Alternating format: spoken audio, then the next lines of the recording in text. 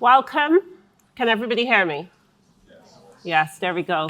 It's so wonderful to see so many lovely, friendly faces. I want to say welcome again to those of you in the room and to those of you who are listening online. I am Marissa Hall. I am co-head of the Thinking Ahead Institute at WTW. We're a not-for-profit research network with a number of asset owners and asset managers. Now, it is a privilege to be here, and I want you to just take a moment. I want you to look at the person next to you, say hello. I want you to, don't just stare at them, that's a bit odd. I want you to think about all of those people listening online. And it's really about not just those here who are Black, it's about people from all different ethnicities, from people, we have got people listening from South Africa, we've got people listening from India, all over the world. And I want you to reflect on how far we have come, but also on how far we have yet to go. Black history, Black present, Black future. Now, it is tempting and easy to believe that some of the injustices experienced by Black people are only noteworthy for history books. But for many in this country, the challenges remain real, and the statistics are sobering. We're reminded that, yes, Black people in our society are less likely to be employed, are paid less, even with similar qualifications, are less likely to be in leadership positions. And we know that Black entrepreneurs, as we'll hear later on, have less access to capital and are less likely to be approved for financing to help build successful businesses, leading to less wealth for future generations. You see, the reality is that the world is and still does not yet feel equal for so many.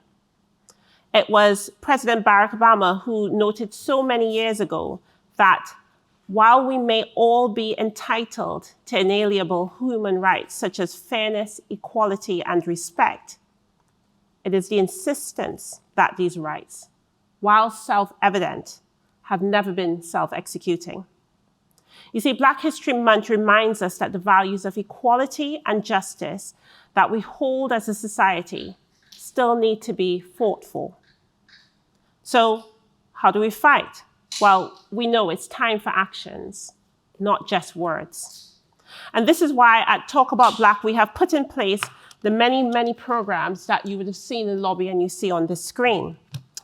Yes, we run roundtables, panel discussions, we do work with the press and media, and we run events such as this one as part of our efforts to break the taboo around race and being Black in our industry and in our society. This is one of the many reasons why we created this movement, Talk About Black, and we would love for you and your firms to get involved. But we also believe in the power of connecting directly with people. And this is why we have programs that you can get involved in. So the Catalyst Education Program, a multi-year education and training initiative aimed at 16 to 18-year-olds in economically disadvantaged communities to help them develop a career in our industry. The Skills Workshop for older students to give them that insight and knowledge about our industry through 6-month cycles of free virtual workshops. Of course, our support for 10,000 Black interns whose applications are open right now. Rachel's right in the front, talk to her, she's in the white shirt. With its focus on working with employers to create opportunities for underrepresented talent. Our mentoring program, Encircle, our partnership with City Hive, aimed at professionals in the first 10 years of their career to share their experiences and to discuss how to navigate professional and personal barriers. And our Black Leaders program, delivered in partnership with the Investment Association for those more senior professionals to equip them with the tools to achieve their professional goals. We have mentors and individuals today from all of the programs here with us. And so again, do feel free to speak to us if you want to get involved. So let us begin. We have an exciting list of speakers who will be sharing their thoughts with you throughout the evening.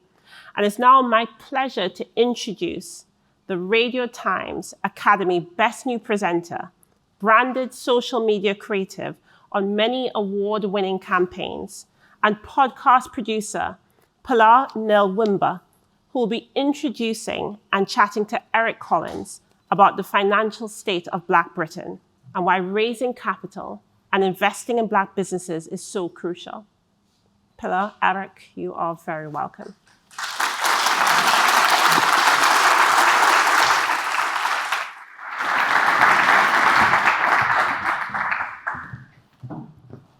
Yeah.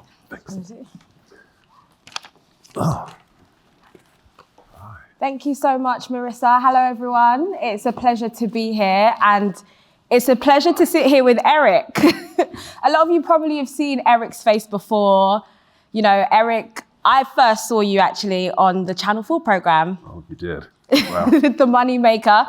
But it literally takes one Google search to figure out like your work in this space and the amount of time you've been making impact. Started many years ago, Harvard graduate, handpicked by Obama to work alongside him, as well as you've been a serial entrepreneur for years. And I'm really excited to have this conversation with you, especially as the CEO of ImpactX Capital Partners, where you work with unrepresented entrepreneurs. So to start, I understand that before we get started, Eric is gonna, just give us a few stats and a bit of information on the current financial state of Black Britain. Is that okay? Yeah, go for it. But I think you called me old in several different ways, right? Really? How? It's like the this and that. I'm like, oh, I am old. Thank you, Pilar. And thank you all for having this. I love the title, Talk About Black, because I think that this is actually very critical. And the financial state of Black Britain and why building Black business is so critical. I'm just going to give you a few statistics. Pilar and I had a conversation about what we felt were the most important statistics to share with this group to try and level set. Because let's be clear, the conversation that we will come to, or the experiences that we've had leading up to this conversation, will determine how we think about these issues and how serious and pressing we think this issue is. In our opinion, it is extremely pressing, and and if you've ever heard me speak before, you hear me drumming on about that first bullet point, that 1 in 2 Black children in the UK live below the poverty line. That was a number that was first seen in 2018. That was before COVID, that was before the cost of living crisis. You can imagine that that number is much higher now. The question is, can we allow that to continue on? And if we cannot allow it to continue on, what is the best and surest way to actually address that issue? And as compared to their white colleagues, think about it. Only 1 in 5 white children are living below the poverty line. So as you walk down the street, every 2 children that you see who are Black, 1 of those children is living in poverty. When we think about sort of where wealth comes from and how wealth is actually accumulated in most households, most of it is accumulated, at least in the UK and many other economies, through the ownership of real estate. 20% of Black families own their own home. So that means the vast majority, 80%, actually are living in rental accommodation, which means that they are not building in that equity, which we would imagine that we would be seeing in order to be able to build wealth. That then keeps on going. As you look at the rest of these figures, you'll see that that Black Britons have about 1/8 the net wealth of white Britons. So if you look at a Black Briton in the house who's a head of household, you have 2 people in that household, each one has about 24,000 pounds worth of net wealth, and as compared to their white peers, which have about 197 pounds of net wealth. Comes because of housing ownership, comes because of poverty. So these keep on building on each other, okay? The last point is that we also see that Black households inherit much less than their white peers from past generations. Maybe it's because they're not giving houses to each other. Maybe there's not a lot of savings and personal effects that are then actually being transferred from generation to generation. The thing that's interesting about this, in my opinion, is if you're talking about solution sets, the interesting solution set is kind of that fourth one. If you think about sort of how net wealth is actually built, and if you believe that net wealth is an answer to a question, net wealth is built through ownership of business. People, no matter where you work, if you own a business, you are 12 times, this is a US statistic because I haven't been able to find it here in the UK, you have 12 times the net wealth of people who work for somebody else. Take that in for just a moment. So if you are working for someone else, you have 1/12 what someone who is working for themselves likely has. It's an average, but this is something which has been shown over time that the ownership of assets, including businesses, is a great way to actually then create wealth. Access to capital is another challenge that we have in the Black community, as was stated in that opening, that sensational opening that was very efficient at sort of stating the issues that exist and some of the solutions that we have in that fantastic wheel of opportunity. We know that that most businesses, all businesses need capital, and that there are three sources of capital for most businesses. They are personal savings, it is bank loans, and then the last thing is credit cards. If you're a Black woman or you're a Black man who's starting a business, which one of those three are you most likely to be using? What? Credit cards. To be clear, remember, people are poor, right? 1 and 2 are living below the poverty. There's not a lot of personal savings. They don't own houses, so there are not a lot of assets. Those are the things which allow you to then be able to get a bank loan. All of those things lead to the easiest way. You can get a credit card, you can't get a bank loan, and you don't have high incomes. All of those things work as sort of this Russian doll of problems that make it very challenging. Another point that I would just point out from here, that I would pull out from here, is that if you're looking at 99% of businesses are businesses that are going to have to raise capital themselves. No third party is going to give them capital. And most likely, it's certainly not going to be venture capital. But if you look at venture capital and think of venture capital as building the biggest organizations in the world, Amazon was started with venture capital. Tesla was started with venture capital. Apple was started with venture capital. Microsoft was started with venture capital. Meta was started with venture capital. Google was started with venture capital. All of them. All right. They all had venture capital as part, because that's sort of the basis of high growth and explosive growth organizations. If you are a Black woman in the UK, if there's a pound of venture capital, you are likely to receive 0.02% of that. If you're a white woman, you're liable to receive less than 3% of that. If you're a Black man or Black woman in a team together, you're likely to receive 0.24%. Very little capital is available for you other than the capital that you are able to take on credit, maybe some that you've been able to save, maybe some that you're able to scrape together for friends and family. And yet, the way that we need in order to be able to make real change in this world is we have to be able to build businesses that allow us to actually accumulate capital, and from that capital accumulation, be able to control and deliberately deploy those resources. And that's what Pilar and I have been talking about for a while now. Thank you, Eric. Amazing stats there for all of us to take in, but you released your first book. I did. This year. Yes. We Don't Need Permission. Why was it important for you at this current stage to release a book about Black empowerment, especially after the pandemic? That's a good question. Did we talk about this before? No, just slip that one in. This is a surprise. Okay. I think it's really because of the strap line that goes with the title. We don't need permission. How Black business can change our world. The thing, in my opinion, Pilar, is that we as Black people and women, and I'm going to include women in this, and many people who are othered, the thing that we have been able to do very effectively is we have been able to collaborate. We're great at appeasing the powers that be. We are excellent, if necessary, we can revert to suing. We certainly know how to march. All of those things are things that we do very well. The challenge is that each one of those things at its base has still not led us to the promised land. Still 1 in 2 Black children here in the UK live below the poverty line. The thing which we've never had is we have never had a Fortune 500 company that was started by a Black woman or a Black man. We have never had a FTSE 100, 200, or 300 company started by a Black woman or a Black man. I think I have that statistic correct. And what that means is that we don't have those sources of capital which are controlled by us to apply in any way that we wish. So for instance, if we decide that it makes sense for us to talk about police brutality and the murder of Black citizens because Chris Kaba was shot in his car, or because George Floyd is murdered in front of our eyes, and we want to maintain that top of mind, we generally have to go to some sort of an ally and say, can you help us to pay for this? We don't control those sort of sources. I think instead of examples of people like Jeff Bezos. Jeff Bezos is the person who started Amazon. Amazon employs 1.6 million people as of 2021. Not only does Jeff get to determine who is going to be on the board, not only does Jeff get to determine who is going to be the top management team, Jeff gets to be part of all of these conversations. So anytime he arrives in a jurisdiction and puts a distribution center in, he gets to talk to government about what are going to be the rules of the road. Are we going to have employees? Are we going to have gig economy? He gets to be involved in all those conversations. When he buys a company, he gets to be involved in those conversations.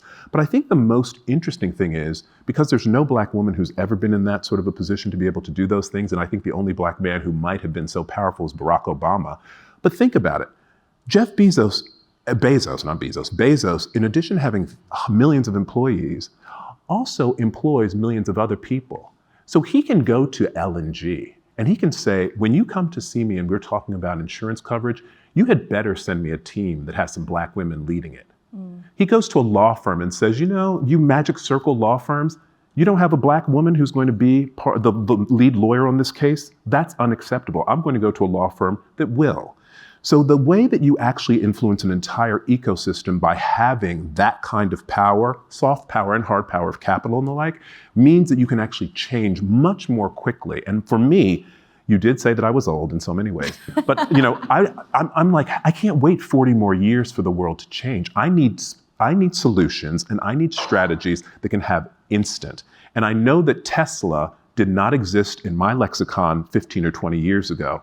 But there's a person named Elon Musk who started a company named Tesla who has an inordinate amount of power in the world. He almost acts as a government. He tells the Ukrainian government, I no longer can pay for your satellite telephones because I didn't like what you said in a tweet.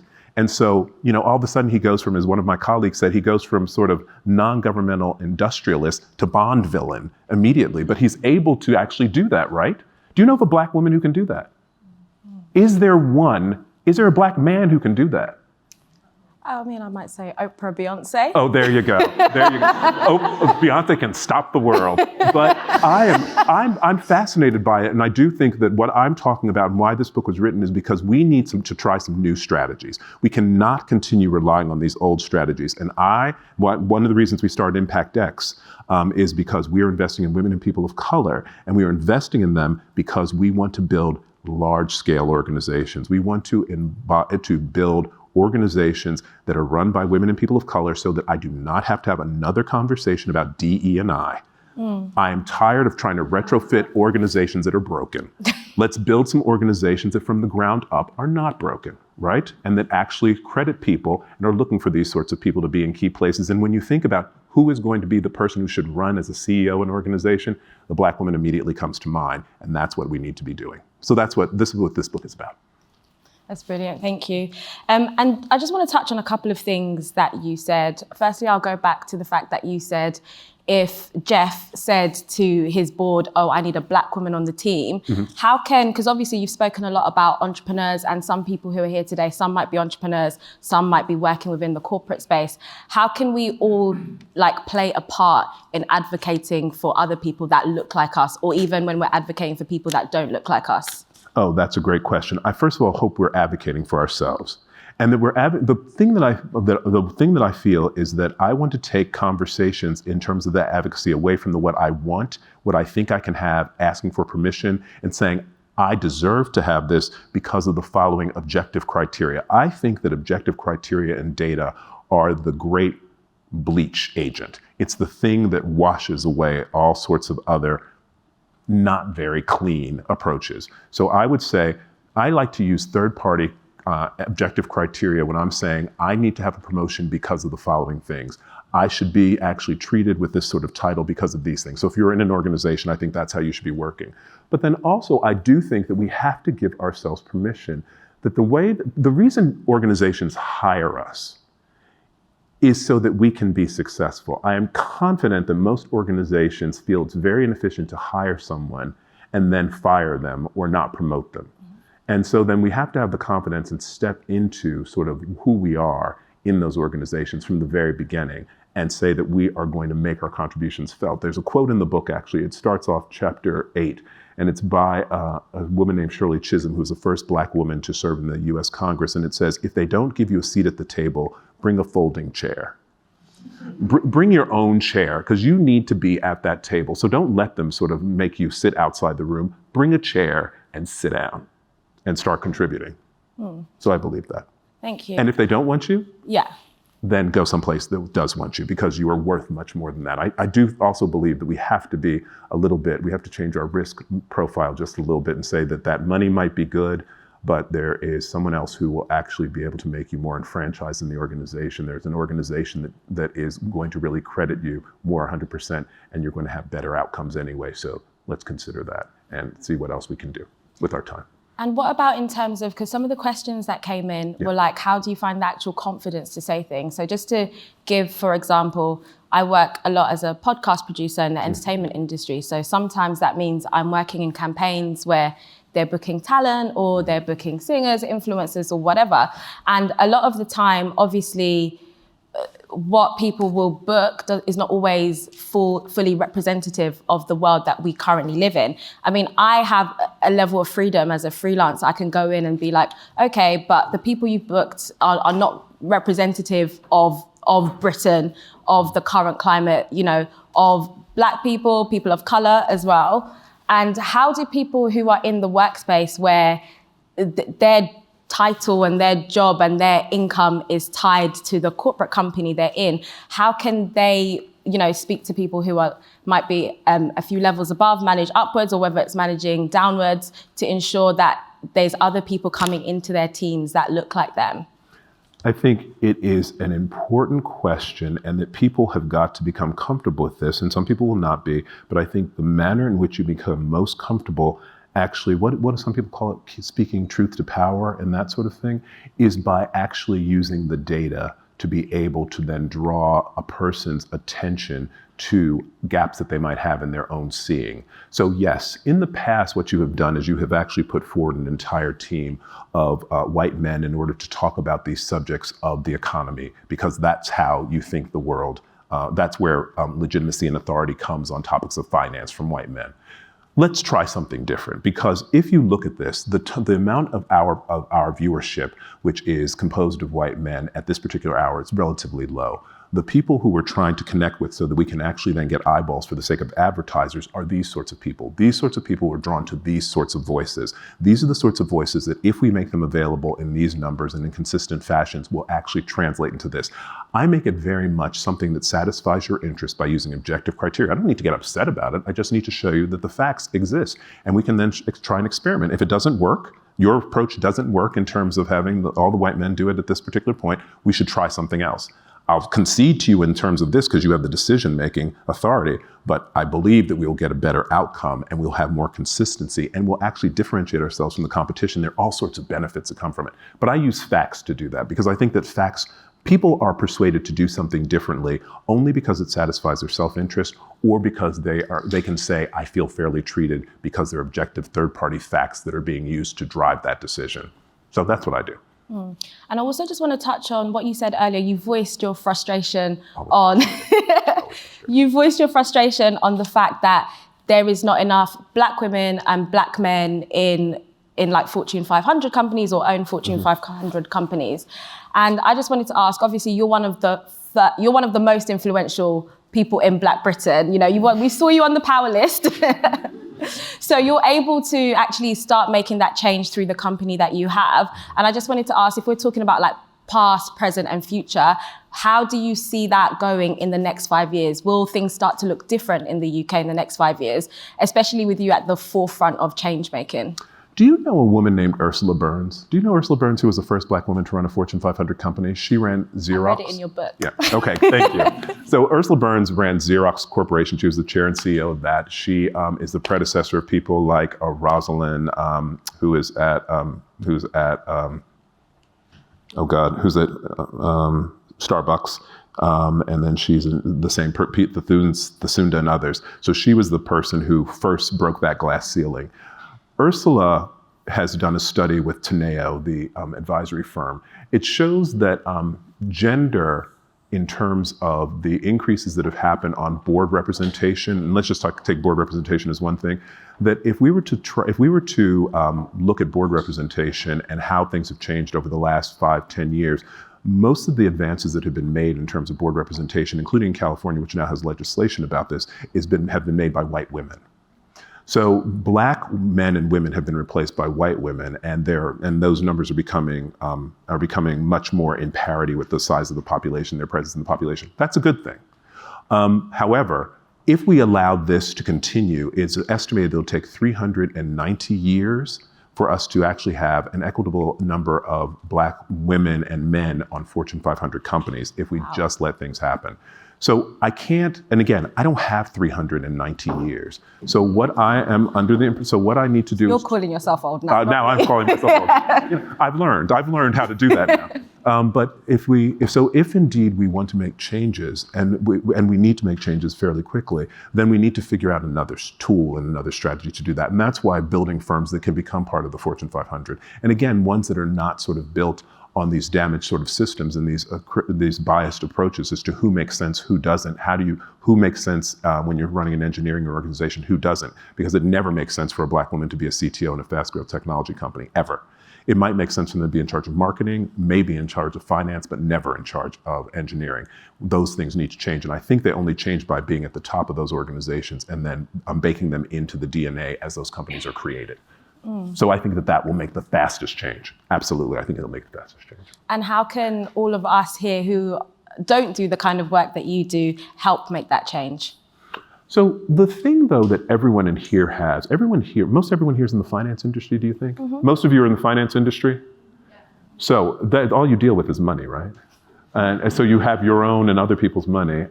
One of the things that I believe that we should be doing as a group is, if you believe in these sorts of things, you should be investing your money in fast growth technology companies and other places where women and people of color are concentrated and building opportunities and building businesses. Though it's fairly easy to find them. You live in the UK, so the great thing is you have EIS and SEIS. It de-risks your investment tremendously. If you don't know about it, look it up. It decreases it tremendously when you get those big bonuses in whatever time of year, April or March or whenever it comes. So make sure you think about how I'm going to deploy that capital, and part of that capital should be going to these spaces. You have to use your money deliberately. Mm-hmm. If you are not, so the woman who's sitting out there who's selling books on my behalf is actually from a black bookstore in Brixton. What I decided is that I could work directly with the publisher, which is Random House, and Random House could send books here and send someone to sell them. But why not have a black woman who has a bookstore, and every time they make a profit, that profit goes back into that community? Why not just make a deliberate choice that that's how I'm going to actually support that business? So if we sell 10 books, or if we sell 1,000 books, that actually helps in terms of making that sort of circular. So you have the ability to do that. Every decision that you make is a deliberate choice around how you're going to spend your resources, time and money. So use them wisely, make it deliberate. Don't just go about sort of, because I'm building a house, because I'm getting an architect, because I'm getting a lawyer, I just settle for whatever comes my way. Make some demands. Impact X does, and we don't have that much money. We say, if you're part of our legal team, you better have some women on your legal team. We just don't need you otherwise, because it's not going to be an effective kind of a relationship. If you don't have people of color who are on your M&A team, it's just, you just don't get it. And so we're not talking peer to peer, we're talking something very, very different. So that's how we spend our time. And whatever sort of small capital we have, we deploy it, and we deliberately deploy it. So what I'm hearing is we've got to put our money where our mouth is, basically. Very nice. See, this is why you do what you do, and I give long answers. Sorry. Okay. But another thing that I really want to talk about, because obviously you invest in underrepresented entrepreneurs who have different ideas in different spaces as well. So technology, you also do like social as well. I know you've dipped your toe into movies, entertainment. But one thing that I've realized as well is that I feel like the idea of entrepreneurship has very much been romanticized through social media, and also just within our community. Some people think that if you're not doing anything outside of your 9 to 5, you're not doing much. Right. So what is the reality of the people that are here that still within their 9 to 5s, but also want to take some of the stats that you gave us today and get involved and start a business? How can they take steps towards that, and also the reality of that? So I am so very interested in the concept of the hustle. People talk about the hustle, which is their side hustle. And what I'm interested in is, if you have a side hustle, I want it to be treated in such a way that it can become your actual career. Side hustles are a challenge, particularly if you're looking for money from an institutional investor like ImpactX. How do we invest in a person who is not putting their full time? It's like, I need you, this is real money. I've got to return to my LPs a certain amount of capital. And if you're not paying attention full time to this, it makes me nervous. And anything that makes me nervous means I should just do something else. So what I would also recommend is that people who are interested in moving into entrepreneurship, that you spend, I was in Bristol yesterday actually talking to a group of people called the Black Southwest Network, and there are a whole group of entrepreneurs there. And I talked to them about, and someone asked me a similar question. I said, look, there are ways of taking your passions, taking the things that you feel, ways in which you feel as though you're underserved by the current market, testing out whether or not you have solutions that make sense, very low cost. Doing it, if you think that it actually should be an app, do it on paper first. If you think it should be a marketplace, try and see if you can sell this handbag to this other person. See whether or not it actually works before you then invest all that time and energy. Make small experiments, see if they succeed or fail. Make a little bit of an investment in time and energy to then tweak it a bit, and then try again and see whether or not from there you think that there's something that if you had the infusion of cash and enough cash to be able to hire a CTO and enough cash to actually build out a tech stack, that you would be able to then monetize it differently. And that would actually unlock a lot more opportunity and value, and customers come flooding in. But I always talk to people about trying to start necessarily small. That's not necessarily how everyone thinks. And I'm talking specifically about women and people of color. And the reason that I say this is because those numbers, the numbers which are still sitting up there, if you are a Black company and you still have the same, and you have the same vintage, you have the same revenues, you are still 1/4 as likely to be able to get bank funding as your white peers. So let's not put all of our eggs in the basket of getting some third-party funding. Let's instead try some other things. And so I also tell organizations to start thinking about revenue as the great sort of freedom strategy.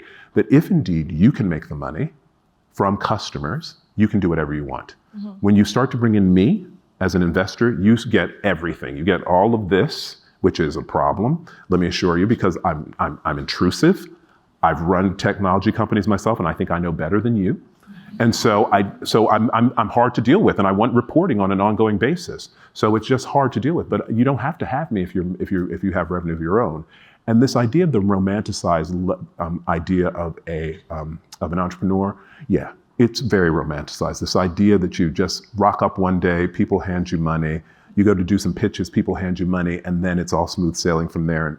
And you next thing you know, you are Mark Zuckerberg, or you are Pat McGrath, or you are Kathy Hughes. That's not how it works. All of us are taking, we're going this way, going down. It's terrible. It's never up and to the right. It's always terrible, terrible. So you have to have a lot of tenacity. Mm-hmm. You have to have a perception that you want to make something out of nothing, and that you want to pivot, and that you want to lose sleep, and you want to lose hair, and you want to lose friends, and you want to lose family, and you want to lose it all. That's when you want to be an entrepreneur.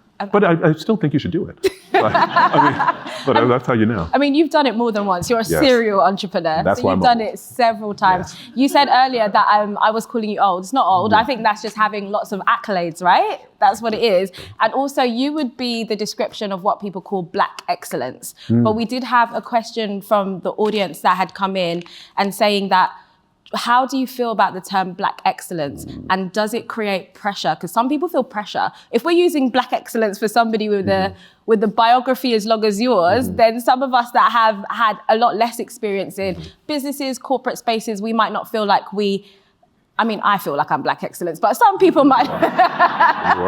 You are. But some people might feel like they don't necessarily meet the criteria of what now is Black excellence. So what are your thoughts on that? Can I say Black excellence doesn't bother me until it becomes a proxy for how I'm good enough to be in the room with people who are not like me. So you know how that works, right? That people have to say, Eric, you are so excellent, and therefore that's how you deserve to be in the room with us. It's like, ugh, does that feel good at all? But you have this all the time, right? It's like, you're so different than those other people. It's like, and then they hear me talk and it's like, no, you are different and we'd rather have them. But it's like, But it's true. It's this thing, Pilar. When people are saying to you that the only way, where there's so many average people in roles, in CEO and CFO and CTO roles in many, many different organizations, every black person, every black person has to be a superhero. There's actually a study that came out in the Washington Post just the other day that said that when a black CEO is appointed to a Fortune 500 company, there is a bump of 3% in the valuation of the company within the next few trading days. When a white CEO is appointed, there is a decrease of 0.91%. The reason being that the black people who are appointed are so overqualified.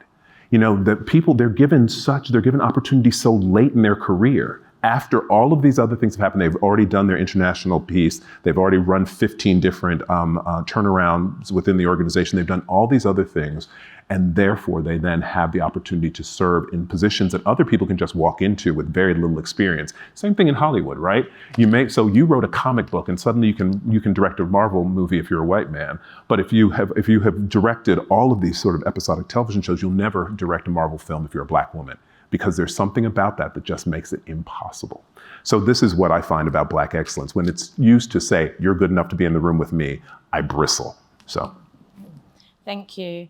And lastly, before we go, because today is technically, I know we're almost running out of time, but today is the last day of Black History Month. But obviously you do this work 365 days a year. Yes. And again, as someone on the front line of being a change maker, how do you look after yourself? Like, how do you stay on top of it? How do you not let it? How do you keep the momentum to keep the fight going?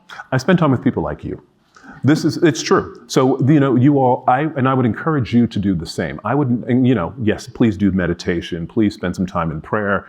Do, look at your chakras and all that. But I would actually say, you should spend some time with the people around you. You should look around you, just like in that introduction, say, look to your left, look to your right. I would look to my left, and I would look to my right. These are people who care about this subject, and by extension, they care about you. This is a group that I would be talking about, I would be talking to, and I would try and actually gain some strength and momentum from. And if I'm ever feeling down, all I do is go talk to a person like Pilar, and then there's so much energy, so many ideas, so much happening. It just perks you up. And it makes you say, I should be doing more, because Pilar is doing more. I should do more for her. He's doing more. I should be doing more too. Thank you so much, Eric. It was great talking to you. Thank you.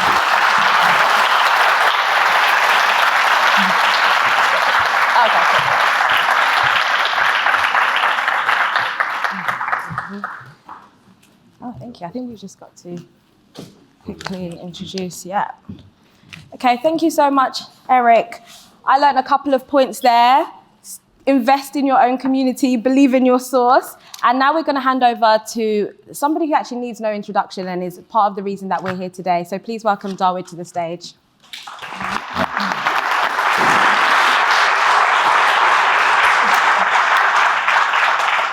Oh, thank you. Thank you so much. Actually, last time I was in an event with Eric, which is about a week ago, someone came up to me and said, "Hey, Eric, I love your book." And I said, "I'm not Eric."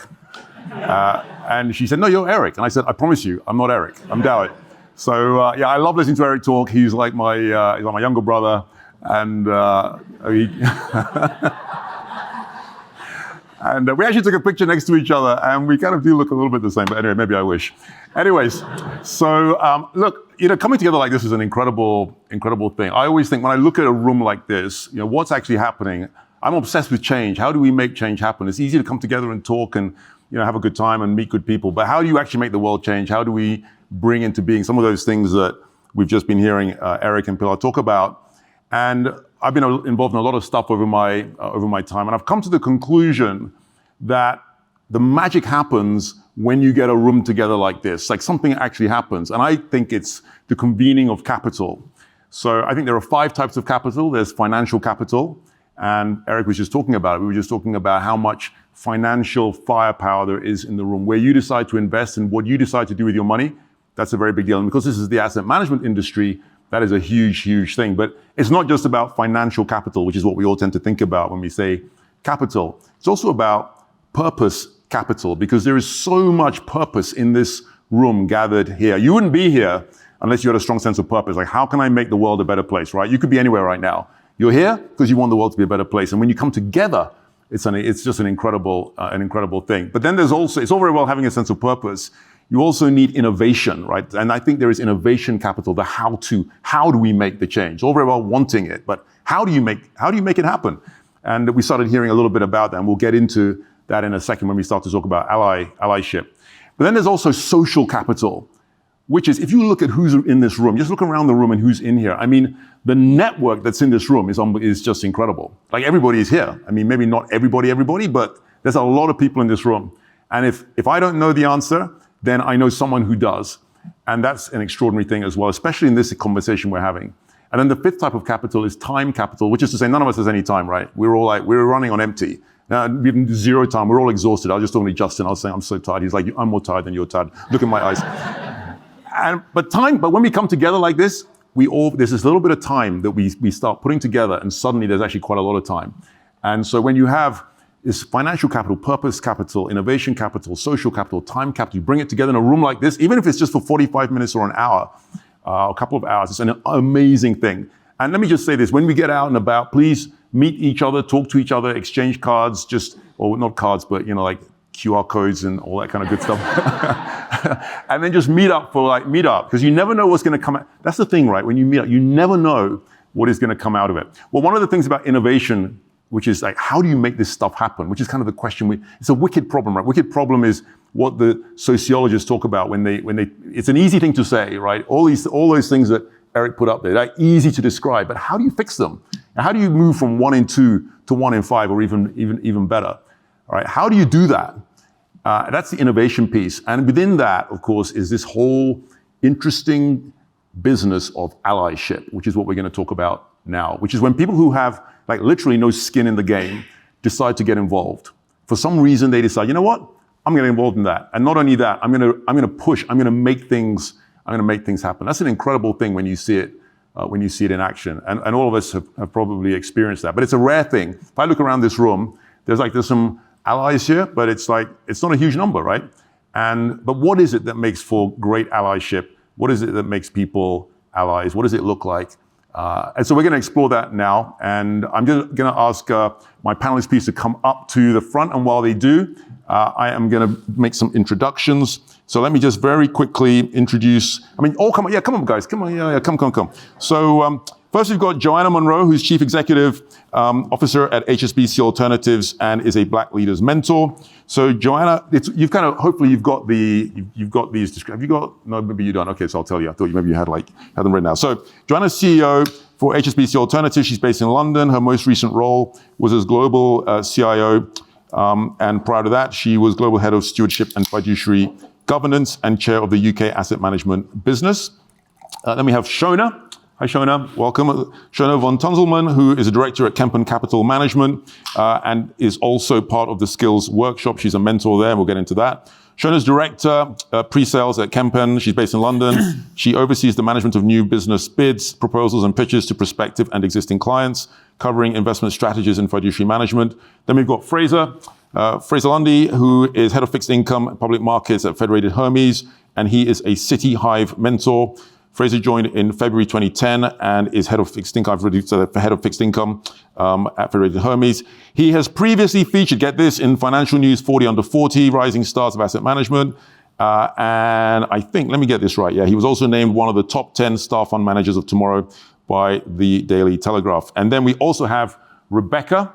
Hi, Rebecca. Rebecca Achung Ajul Bushell, CEO of 10,000 Black Interns. And Rebecca she's CEO, just arrived in the last 6 weeks or so, but making an incredible difference, doing amazing things. I'll tell you a bit about Rebecca. Just listen to this. So she's a communications expert and thought leader on diversity in institutional spaces. Born in Manchester, grew up between Kenya and South Africa before returning to the UK as a teenager to pursue her swimming career. Okay, hold on, because this is the bit you want to hang on to. She is former world number 1 and was British champion by the age of 16, thereafter becoming the first black woman to swim for Team GB. I think that deserves a round of applause. Yeah. Let's do that. There we go. Yeah. So let's get into this. And by the way, if you have some questions, then hopefully there's a way you can get them up on the screen down here. But let's start. Joanna, welcome. Thanks so much for joining us. Tell us a little bit about your day job. What do you do? I read out a little bit, but what do you do? And how did you even get into this space of being interested in this area? Yeah, so sort of the highlights of my career are that I've basically been in asset management all my career. I've been at HSBC for 17 years, and in that time I've done a really wide range of roles, including being based in Asia. And as Dawid said, I'm now CEO for HSBC Alternatives, which is our relatively new business bringing together everything we do in alternatives. So my job is actually really about people. My job is about leading people, working with people, and thinking about what our clients want from us. How I got involved with this, I mean, there's a personal lens to my career sort of skeleton, which is that I started from university with the most amazing superabundance of confidence, far too much confidence. And I was lucky that I had good guides and mentors and allies and sponsors who kind of helped me navigate through the world of asset management. And I had big lapses in confidence. I had physical health issues, I had mental health issues, and I was just very fortunate that I had very good support networks. I had very good sponsorship. And so I've been able to have the career exactly as I've wanted to have it in asset management. But I know that I'm lucky, and I look around and I see that this is really not the case for so many people. So when I came back from Asia, I got involved first with the Investment Association and then with the Diversity Project. And I started to learn a little bit more about those groups who were not as fortunate as I had been. And one of the statistics that really jumped out at me was the massive underrepresentation of Black British people in the asset management industry. It was one of the starkest statistics in the data that we gathered. So I had been thinking about what we could do within our organisation. And then the Black Leaders Programme was piloted. And so Cara Stander reached out to me and said, would I be willing to be on that initial programme as a mentor? And I was so chuffed to be told I was going to be a C-suite mentor, because I totally didn't think of myself as a C-suite mentor. But what I wanted to get from the programme, apart from giving something back and being a useful mentor, at least I hope to be a useful mentor, I really wanted the benefit of the reverse mentoring, because I needed to understand what challenges people were facing, what specific challenges people were facing as Black leaders. And I wanted to understand what challenges there had been along the way, so that I could think about how to make change in my organisation. So, I did that, and we had a great time, me and my mentee, and we keep in touch. I got involved in mentoring 2 programs within asset management, HSBC Asset Management, one as a management committee member for our Black employees.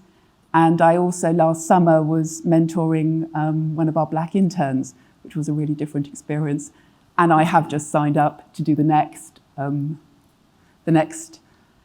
evolution of the Black Leaders Programme, which is Investment Association in partnership with Talk About Black. So there you go, that's far too much information. Oh, amazing, amazing. Thank you very much. And we'll come back and maybe get into what it's been like. But Shona, maybe you could answer the question and tell us a little bit about how your space and your day job a little bit, but how did you get into this space? Yeah, so many of the people in this room might work in a company that has an RFP team. Well, I'm usually that person or part of that team. I've been in this industry about 20 years, developing teams to win and retain clients. On a day-to-day basis, that means storytelling for me. So, but before that, I was an English teacher for 8 years. So when I came into this industry 20 years ago, I was a little bit surprised to see how dominated by white men it was. Things have changed over the years. Over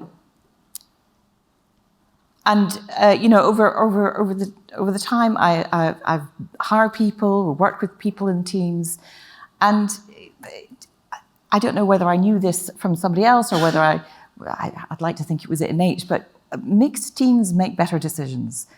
For me, it's not really rocket science. That makes me sound like I have all the answers. Of course I don't. But having been in a different career, starting in financial services, I also brought with me imposter syndrome, which is familiar to many of us in the room.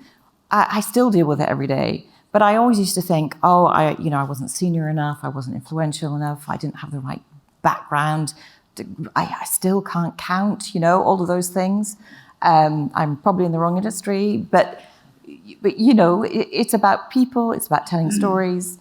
And I've been involved in individual mentoring in other programs, and joining Talk About Black, joining the skills workshop, was a way for me to feel like I was having a much bigger impact and actually joining with some people. And this is a really, really strong movement. I'm really excited to be here today, really excited to see everyone in the room, all the people online. It's such a great energy. Yeah, thank you very much indeed. Thank you. And Fraser, maybe you can tell us a little bit about you, a little bit about what you do, and how did you get into this space? Absolutely. I mean, thank you. I think for me, I'm a fund manager. I work at Federated Hermes. I've been there now 13 years or so. And fundamentally, to answer your question, we're trying to beat the market. You're trying to be a better investor than the rest of the market. And as Shona said, it shouldn't be rocket science to think that you've got a better chance of doing that if you've got a more diverse pool of people to make those decisions. But you just don't. And it's always amazed me how same our industry is. I think over the last 13 years at Federated Hermes, I've tried to sort of tackle other parts of that in the way that maybe teams historically have been segregated by sub-asset class for no particularly good reason, or by geography for no particular good reason. And in some ways, this is not that different. Our firm has always been very heavily involved in the diversity project. And so I've been fortunate enough to have a young guy on my team for the last couple of years who joined originally as an intern. And he inspires me to get up in the morning. I mean, my wife actually laughs about how much I talk about him when I come home from work. I won't mention his name because it's embarrassing for the both of us, but I don't think he's here, thankfully. But he inspires me because of his work ethic and his attitude, but actually more than that, selfishly, it's about just that he thinks about stuff differently because he's come from a completely different background. And for me, again, selfishly, this is what this is all about, is that there's a lack of appreciation of how much of a win-win this is. I win, I get to beat the market, the end clients win, they've got a better risk-adjusted return. So this is not just about doing it for the sake of it. And that's really was the catalyst for me, was just sort of really seeing how much potential there is to do that and how much mutual benefit there is. So I got involved in the City Hive project this year. Had a fantastic experience. I'd like to think that I benefited the lady that I was working with this year, but I certainly benefited from her in terms of understanding more about her issues, trying to explain and help them along. Also, sometimes you're relaying some of your experiences, and it gets you to think more about them that you maybe hadn't thought about them from that angle. Just to jump in, for people who don't know about City Hive, just maybe just 10 seconds on it. Yeah, so I mean, this is more, I think, specific to minority women, black women, and not so much at the grad level, but more sort of, mid-level, and how you can accelerate their careers to be the future leaders. And I think the lady that I was working with is probably a reasonably good example, in that it wouldn't surprise me at all if she ends up being on an exco in 10 years' time. But she needed to understand how valuable she is. And I think that is quite a common trait in this lack of understanding of how much of a win-win this is, this whole thing. Her different background, her different way of thinking is, I think, absolutely vital if you're going to have a fighting chance of beating the market, which is fundamentally what we're here to do. So I've loved it, and I'm looking forward to next year if they'll have me. Great, brilliant. I'm going to come back to all of you, and we're going to talk a little bit, get into some of the challenges and the opportunities about being an ally, and we just get into that. But before we do, Rebecca, welcome. Thank you very much for joining us. And so maybe you can give us a little bit about your story and how you came to be in this space. Sure. Well, I'm here because my job is to do what Dawud tells me to do.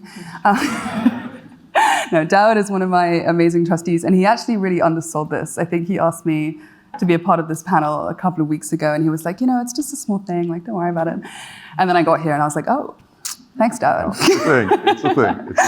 Yeah. So I came to be the CEO of 10,000 Black Interns in a kind of unorthodox way, I guess. I can speak a lot to imposter syndrome and feeling like you don't necessarily have the right background. My big rebellion after my swimming career was not studying PP And instead I went and got an art degree, and everyone said, your art degree is useless. And I said, I know.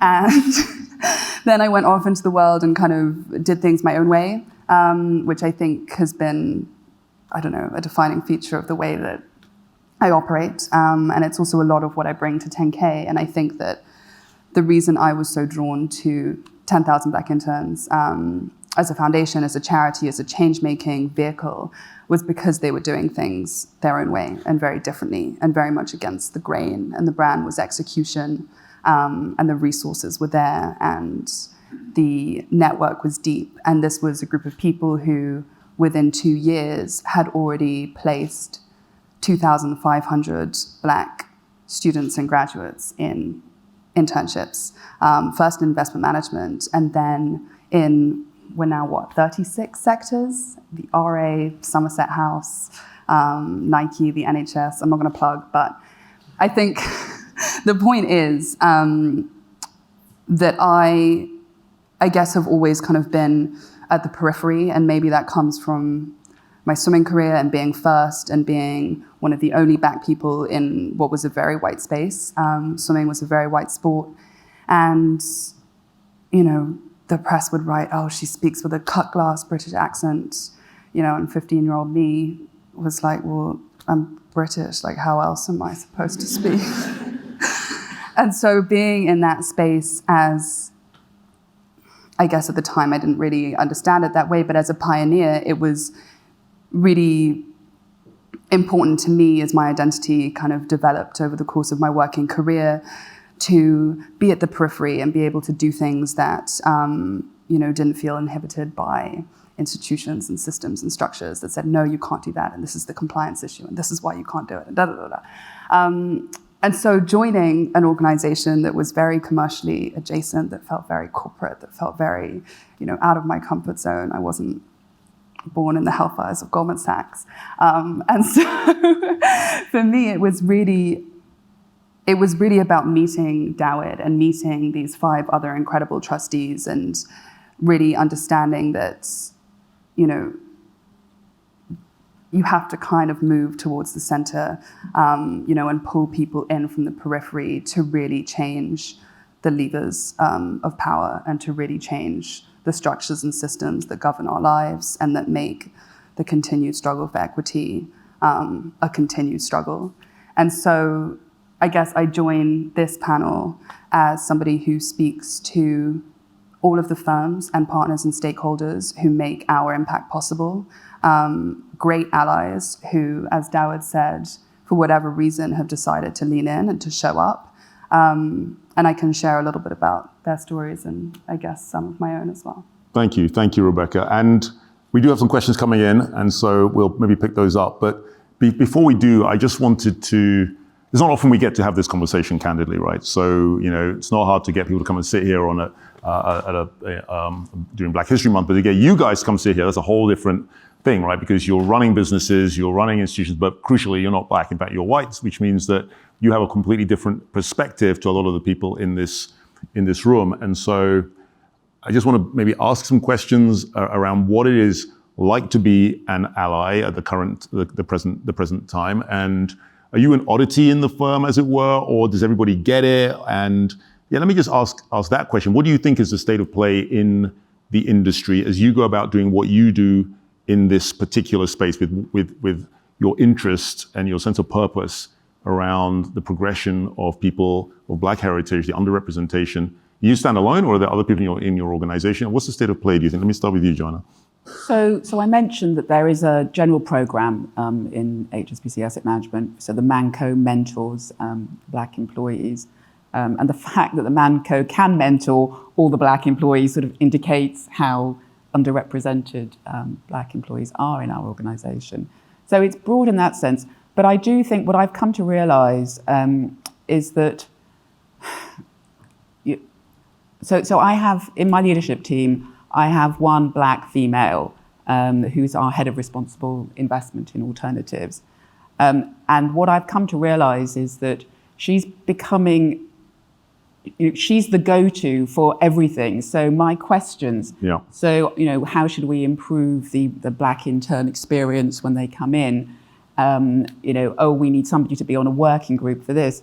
So I think there may be this transition period in which actually it's quite a heavy burden on those sort of leadership or senior representatives of the Black community in our organisation.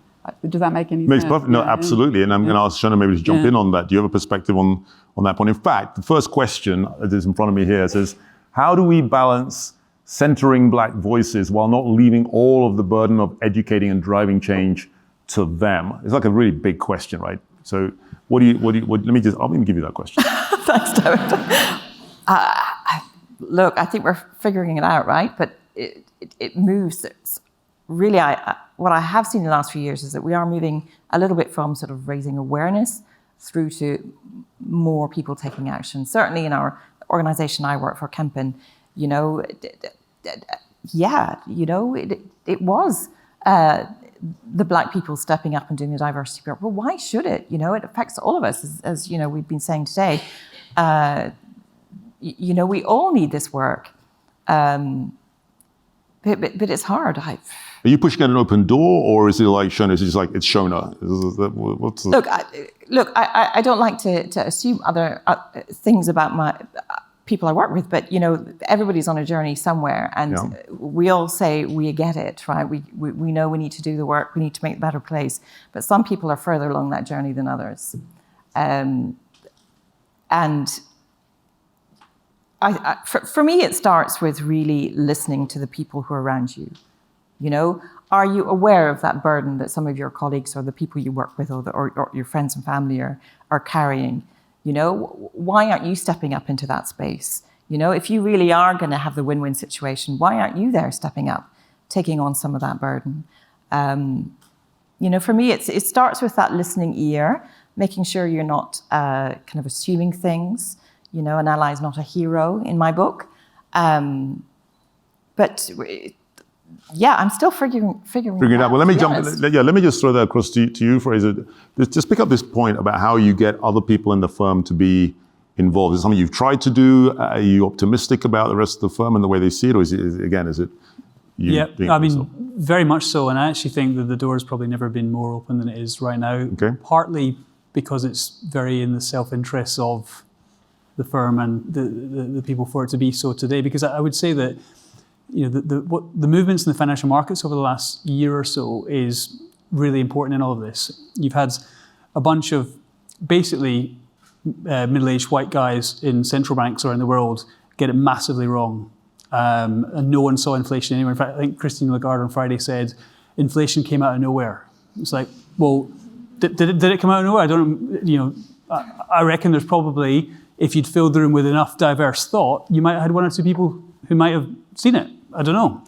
So I do think it's a real opportunity. If you look at the asset management industry, it's under fire from an active management perspective. There's a fee war going on, finding harder and harder to generate returns. So from that perspective, I think that the door is open because there's now a very heavy vested interest in it needing to be open. And do you think, is this now on the ExCo's radar? Do you think when there are board meetings, do you think they talk about this specific issue, which is the underrepresentation of people of Black heritage in the firm? Is this something that management cares about, or is this something that is sort of maybe a bit lower down? But where does it fit? They absolutely do care about it. I think from an ExCo perspective, I would imagine, not being on it, that they care a lot about things like pay gaps. And again, this is, I think, where things like the City Hive initiative is very important, because it can really move the needle. If you can find some rising stars at that level who can, within a few years, be on an ExCo, that's the sort of thing that can really bridge a gap there. Yeah. I don't know that there's so much of a close connection between those types of discussions and what I'm talking about, which is I feel like you can genuinely make better investment decisions at a more bottom-up level. But any and all is an improvement, I think. Yeah.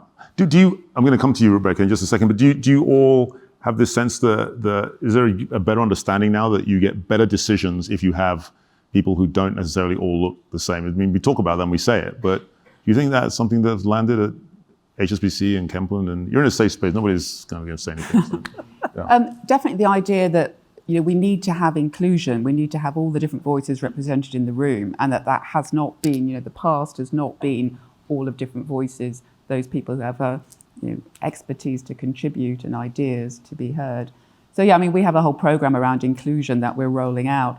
And what we have found is that if a team is generally diverse, so diverse in different ways, then that opens it up to more diversity. So once you start with some diversity, then other people will join. They may not see exactly themselves in a team, but they can see this is a diverse team. This is not just a team that's all the one monotone group represented. Yeah. That's been our experience. Rebecca, I'm going to come to you now because you're talking to a huge number of firms, and you're talking about 10,000, and you're trying to get them to sign up to internships. Just tell us a little bit about what you're encountering. Is the door open? Are you pushing up? Like, what's the state of play? I mean, I think exactly as you were saying, Fraser, like the business case for diversity is crystal clear.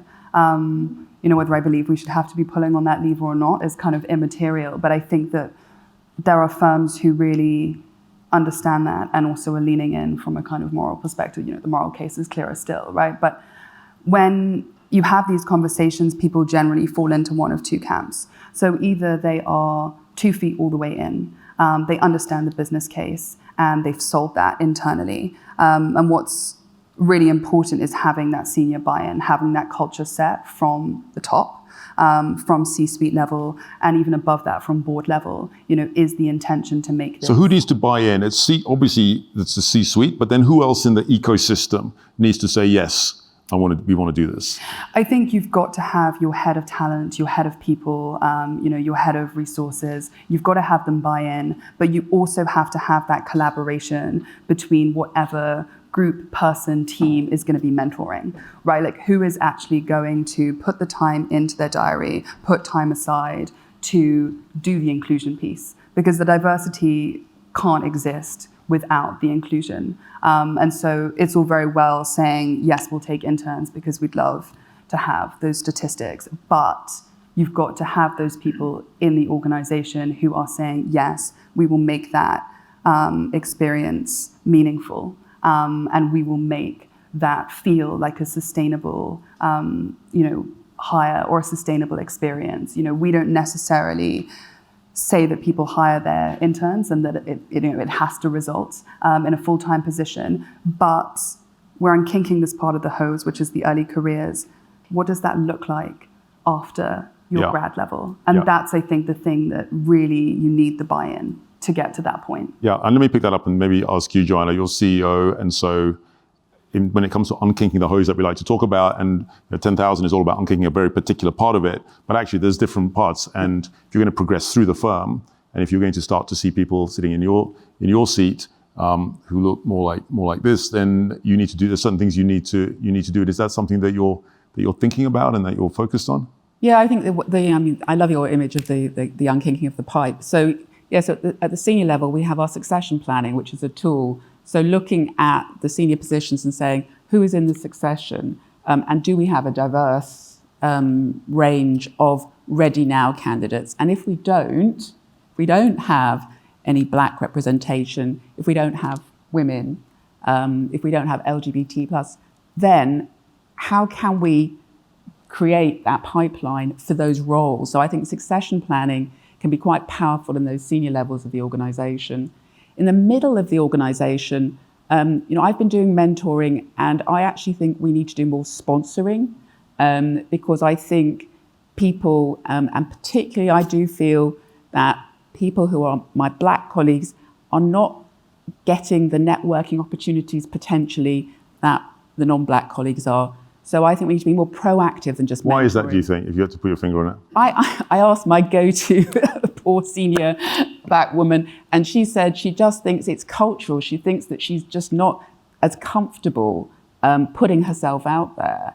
And so that's what she tells me. I guess maybe part of it is she doesn't see anyone else who looks like her, and so it's harder to put or you don't, yeah, or she doesn't see people like her networking. So it's like, I don't see a behavior for me to follow. So that's the middle level. I think we do more active sponsoring, finding opportunities, helping people create networks. And then I do think at the sort of the early careers, I think your point is spot on about the interns. Yes, it's great to have people come in, but we have to land them. We have to land them in the firm, in real jobs with career progression. So it's a whole pipe. Okay, so look, we have like all these questions in like 5 minutes. So I'm just going to do some super fast stuff here. So this is going to be like 30 seconds. Shona, this one's for you. As a reverse mentee, what is the greatest lesson you've learned? And also, how do you create a safe space for your Black reverse mentee? Is that something you can speak to? Yeah, so I love the concept of reverse mentoring. I think it's a win-win situation in many ways too. So I guess one of the biggest things I've learned is that the thing that, and this speaks again to the sort of HR pipeline or the life cycle of a person throughout their career. It's one thing to bring somebody into an organization who maybe looks differently or has a different background from the usual set. But then making sure that that person has the promotion opportunities, the getting involved in this and that next project, the opportunity to speak, to lead a group. Those are the opportunities that I think sometimes are not really happening, still not really happening. And that's where I would like to think as an ally, you can speak up in that situation if that person's not in the room. Jump in. Okay, I'm going to jump in there. I'm going to give the next question. Thank you. I'm going to give the next question to you, Fraser. What do you think are the key characteristics of an effective ally? 30 seconds. 28.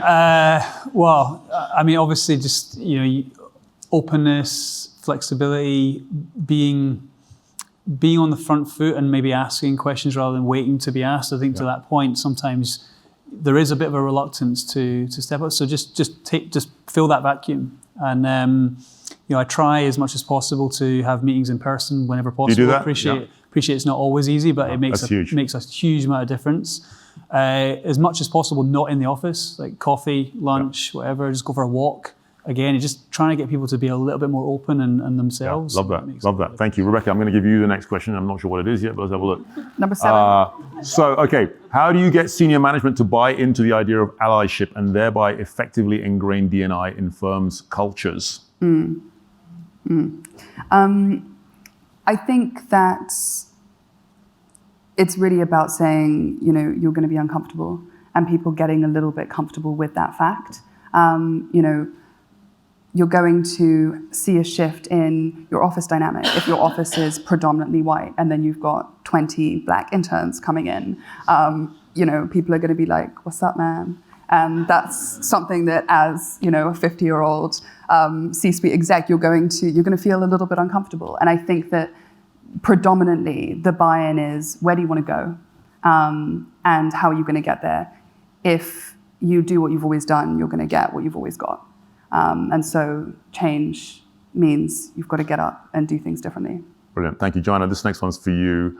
How do we keep this topic on the radar of senior management as we enter what may be a financial crisis? Gosh, I think if you've done the right job in terms of embedding this, in terms of getting everybody's buy-in for the right reasons, so this is not just something we're doing because we want to be seen to be doing it. This is something we're doing because we believe it's going to create a better culture, it's going to create better decision-making, we're just going to be a better firm all round, then I think you're okay. I think the challenge will be for firms that are not really, hearts and minds are not in it. Yeah. Well, look, I want to just say thank you. We've got time, one more question. I'm going to do thank you, but we're going to do one more question. Okay. How do we change the culture of how Black and minorities employees are treated differently? More is perhaps expected of them than their white colleagues. Okay, so there's a premise baked into that. Shona, I'm going to give that to you. What do you think? It makes me think of what Eric was saying about Black excellence. Yeah. Read recently, why can't we have Black mediocrity, just like everyone else, right? It's not my phrase, but I loved it. I thought, I think we just need to be humans to other humans. I know that can sound a bit basic, but we're all human beings. Let's be open. But it also starts with yourself, start opening your heart, really listen with an open mind and be kind. Yeah, love that. I love the fact that you guys opened up and said, actually, I had imposter syndrome and I had issues, and which is something that is not obvious, right? If you're CEO, Of course, you never have that. But actually, to hear you all saying that and to be Team GB #1, all that good stuff, and still with imposter syndrome, I mean, it's a big deal to hear that. And I think being vulnerable and having this conversation is just huge. So, ladies and gentlemen, let's say thank you very much indeed to our guests. Thank you. You're done. You may resume your seats. Thank you. And I am just going to introduce Gavin. I mean, Gavin doesn't need any introduction, right? But let me just maybe very quickly tell a little bit about Gavin, who's going to come up now.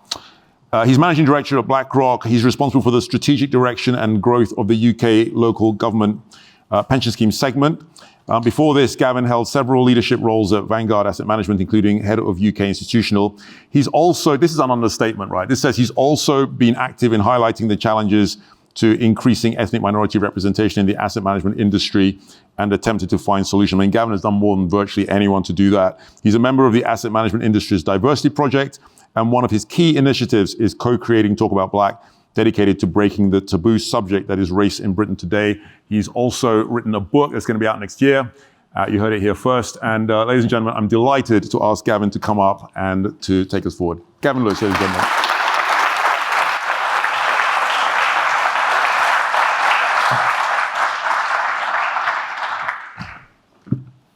Hi, everyone. How are you doing? Good. So someone told me that it was actually 4 years ago that we were in this very room and launched a bunch of initiatives, some of which were scattered across the screen, and Marissa kindly pointed them out. Obviously, in that intervening period, we have had a few things to contend with, just a few things. But what I thought I would do is maybe just give you some insight into why we felt it was important to not just do events like this and have the panel discussions, which are obviously very enriching and very rewarding, but to actually physically launch some initiatives to really unkink the hosepipe. So the school program,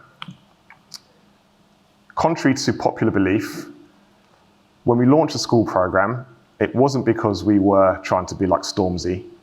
So whoever gave that in the feedback, if you're here, I'm here to dispel that rumor. It's because, I'll give you an example, when I was at school, I went to an inner city state school in the 1980s. And at that time, there was a trend of young, then predominantly Caribbean boys and girls underperforming in education, and there was an assumption that they had behavioural and cognitive challenges. The term at that point was called educationally subnormal, and there were these units that many kids were put in called ESN units or referral units. And I went to a school in Tottenham, and I was this close to being put in one of those units. It was only my mum who thought differently and felt that actually maybe Gavin doesn't have behavioural problems and I'll put him in a very, very different environment, which she did. She sent me to a school in Enfield, which actually was a very white school, had very few black kids, and actually I thrived. But many of the people that I went to school with, who were friends of mine, and some of them still are, did end up in these referral units. And I'll be blunt, some of them are no longer alive, some are in prison, some have not, the majority have not fulfilled their potential. When I entered the asset management industry, the only thing I can really liken it to was, so you graduate and you're really excited and you enter this fantastic new world and you have all these dreams about what you think it's going to be like. I can only liken it to landing somewhere and there's someone tying a blindfold around you and then shoving you out and saying, right, now get on with it. Because basically what happened is you bump into things, you trip over things, you're stumbling around in the dark.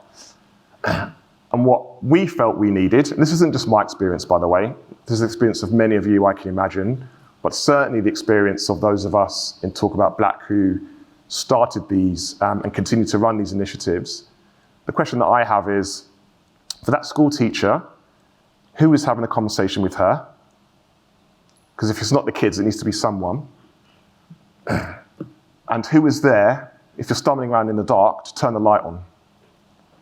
So I used to play a lot of football. We used to travel up around the country, and I used to catch the trains we had to wear a jacket for your club. And I remember sitting in a carriage and seeing a black guy, walk past me and go into the first class carriage. He was wearing a suit. Never ever saw him again. Didn't see him when he got off the train. But I was like, who is that guy? Because believe it or not, I didn't want to be a footballer. I looked at this guy and thought, right, I want to be like him. And that's the impact that a role model, a physical role model, can have on you. So with that, I'd like to explore this topic. Unfortunately, I don't have to do it alone. I have some friends that are going to come on this journey with me. So if you can ask my esteemed panelists to come up to the stage. Reese, Temi, Daryl, Elliot. Give them a round of applause, please, guys.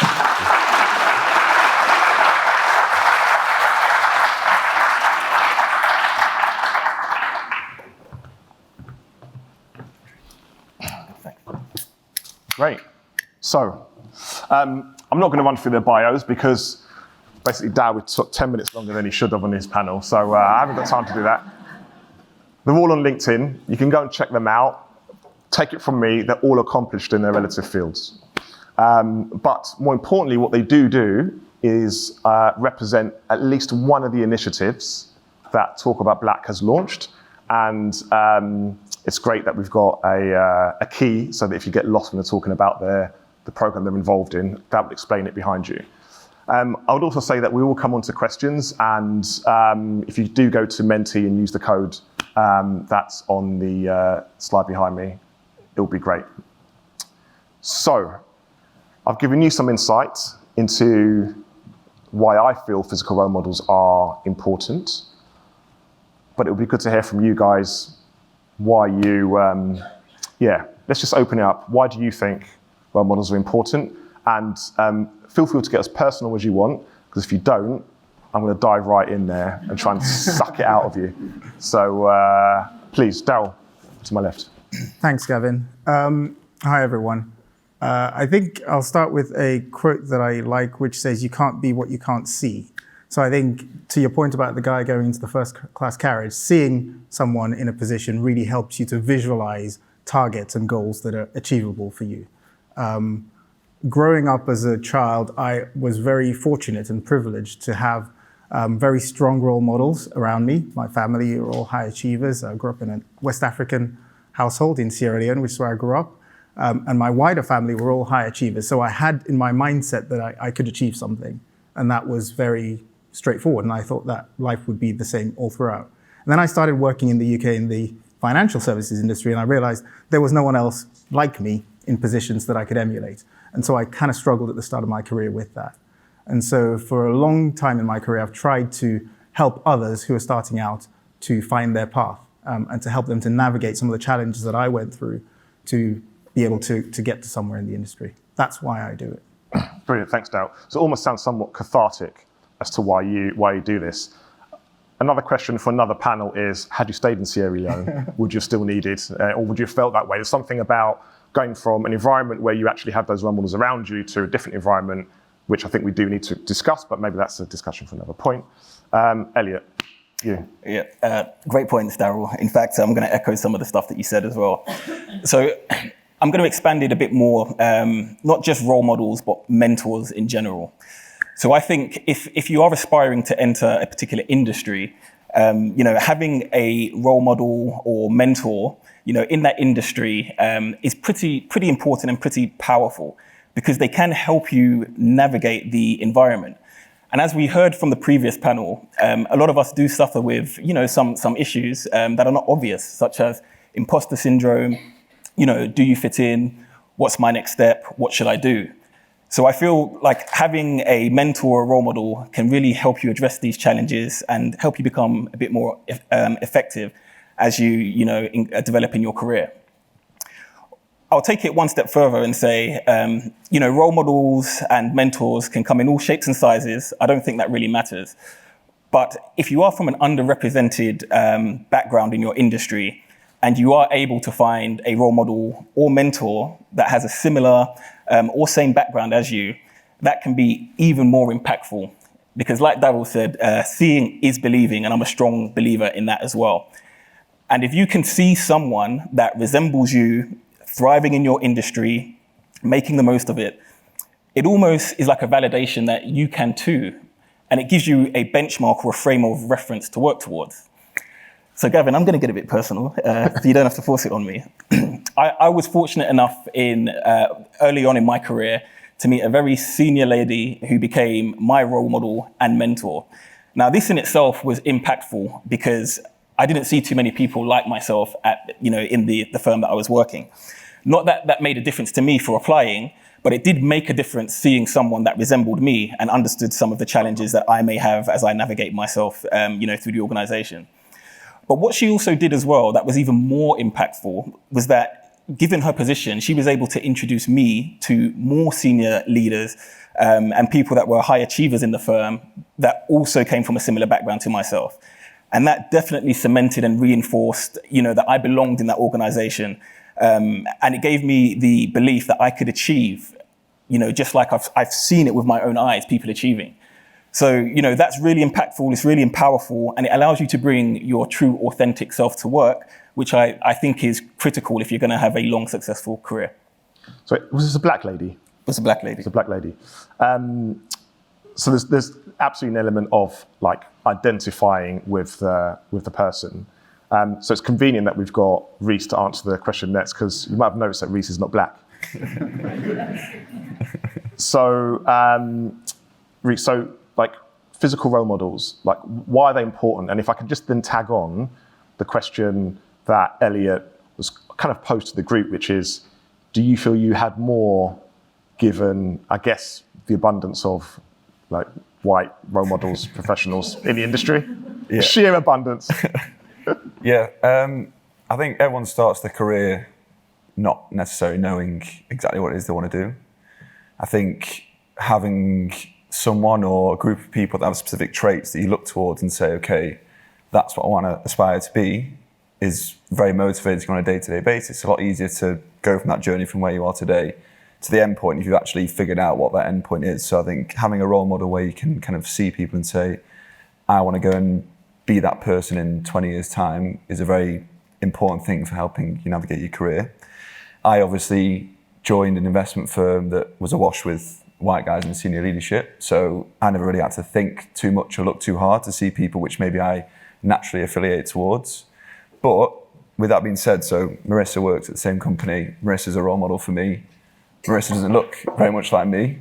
So I'd say to people that join a business where they haven't got someone that in the senior leadership or in senior positions that they can look to and say, and naturally feel an affiliation with, kind of put some effort into then looking at people there that maybe don't look the same as you, but maybe have specific character traits or specific things you can look to and say, that's something I kind of want to aspire to be towards, because that can definitely, I can say, is something that is motivating. I'm going to out Reese here, Marissa. He didn't just say, oh, in the preamble before, he didn't say, oh, Marissa's a role model. He went, you are the role model. So I just think we should just want to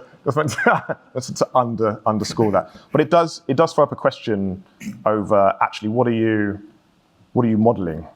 Is it like identity, or actually is it attributes, character, or behavior? Don't know if you have any. I think obviously when you meet someone you've never spoken to them, someone that has the same identity of you, is from the same background of you, you're going to have stuff in common straight away. So you're going to be able to sit down, have a rapport with someone, have a conversation from point zero. So that's the easiest place. But in reality, the thing that's probably more important is looking for those character traits, looking for someone that does something you think seems interesting, that you want to, every day people are going to be doing parts of their job which is boring. So you kind of need to have that end goal to aim towards to kind of motivate you through those periods when things are a bit more mundane. Great. And Temi, can I come to you as well? Physical role models. Why do you feel they are important? Yeah, so I think to me there's a lot of value to experience.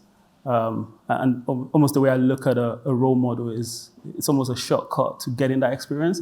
it's almost a discounted route into to experience. And to go back to your analogy of the blindfold, having someone to shine the light so that you avoid certain pitfalls, that's clearly a win for, at least from the point of view of the mentee, and could be also enriching from the mentor. So that's the way I sort of view a role model.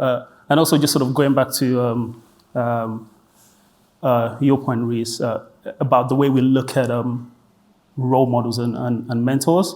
Clearly, there is a limited number of Black people in the industry. So as much as we'll all love to have you, Gavin, as our mentor and role model, I'm sure it's, as much as you would want to do it too, it's probably impossible for you to accept everyone that offers to do coffee with you on LinkedIn and things like that. So I think we need to sort of be a bit more creative around how we think and how we look for role models. I would say very early on in my career, I wasn't privileged enough to have a formal role model. Starting in the Big Four, I was quite fortunate that a lot of my colleagues were very ambitious, and just sort of building a relationship with those people made me almost sort of open my world and made me realize that working as an accountant isn't the ceiling. And so there's almost going back to the question again around what you're looking for in a role model. Sometimes there's people sitting across you who will have a lot more ambition and who figured out how to get there. And sometimes it's just someone that's got a skill. And if we're talking about, say, presentation skills, it doesn't have to be Black. It's just about finding somebody that has something that you want to build and develop, and then sort of making it important for them to be your mentor and role model. Right, because it often feels that. So very early on in my career, I always sought this, this mentor that would like take the blindfold off, but would be, amazing at their job, would be inspiring. They'd be 6'5", they'd wear tailored suits, shiny shoes, and I'm not sure that person, well, Dawid is very, very close to that archetype, of course, but Dawid aside, I'm not sure that person exists. So I think you're right. What we sometimes do is we put so much expectation on those individuals that we might actually miss opportunity, on that one individual, we might miss opportunities to take attributes from others. So I think it's a really, really, really important point. Just, Elliot, I'm just going to pick up on your distinction you made between role model and mentor. Which do you feel is more important? I think it depends.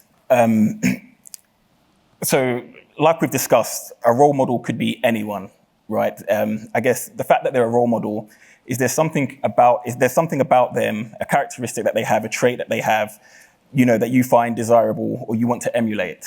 So that kind of makes someone a role model. You may not even know them. You may not have even spoken a word to them. Yeah, you don't necessarily have to. But I think a mentor sort of takes that one step further in terms of you would have a relationship with them. So for instance, Gavin, if you were my mentor, I not only see all the great things that you do and, you can inspire me in certain ways, to develop my attributes to some of yours, but we could also have a conversation, about maybe some of my challenges or maybe about some of the opportunities, out there. And I think that's the the differentiation between role model and mentor is having that in-person contact, that ability to reach out to someone and have a more in-depth dialogue. If I can just add on to that. I think they're serving two different issues. I think a role model is really trying to solve the problem of people being able to aspire to something, being able to break a barrier that they feel might not be achievable. Again, to a quote from Nelson Mandela, and he said, "It always seems impossible until it's done." So I think the context is a little bit different, the way he used it, but I think the way I'd like to think of that is, if you don't think it's possible, then you might not aspire to it. But if you see someone that's done it, then you think, well, that's possible, whatever they look like. So that's what I think the role model's about. Whereas a mentor is that, well, how do you do it? How can I help you to do that? How can I help you get there, develop the skills, develop the network, whatever it is. So I think that's a difference. And it's a really important distinction. I do also feel that for many of you, you may not want to or have the capacity to mentor, but given what the panelists have said, you may be role models, you may be affecting people, and you don't even know it. So there is absolute, from what you've said, Darryl and Elliot, there's absolute value in just actually being there and being visible, and that doesn't mean social media presence or talking on a panel like this. It might just be doing your job really, really well and being in the office, clearly.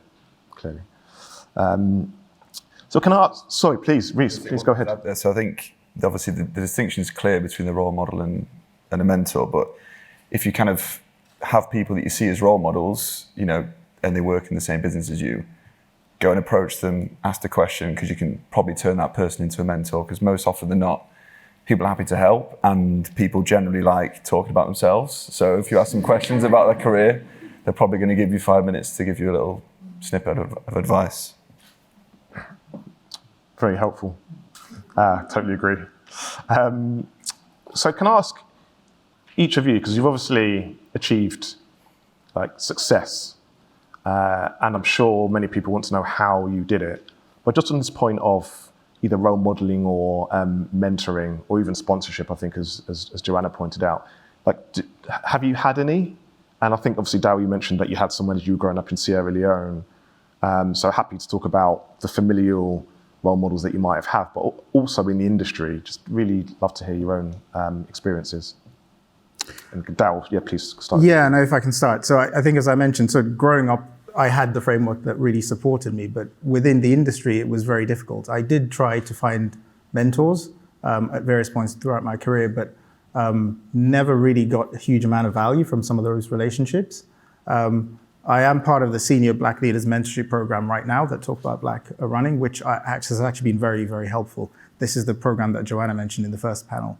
That's where you get a chief exec of one of the large firms sponsor a senior black leader like myself to help me to understand how I can take my career further. So that's actually been super helpful.